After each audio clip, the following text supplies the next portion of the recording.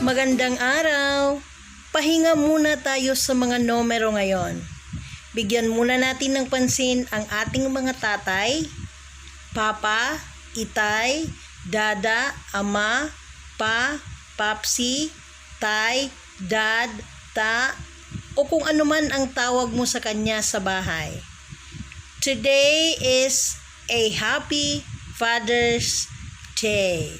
Dapat bigyan muna natin sila ngayon ng mga pagkilala. Pagsilbihan muna natin sila, huwag galitin, at higit sa lahat, sila ay ating mahalin ngayong araw.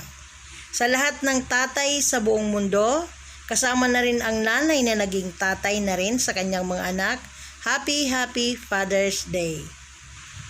Samahan niyo po akong panuorin ang aking munting handog sa aking ama, sa aking asawa, sa aking tito, at sa aking mga bayaw at ama ng aking mga pamangkin.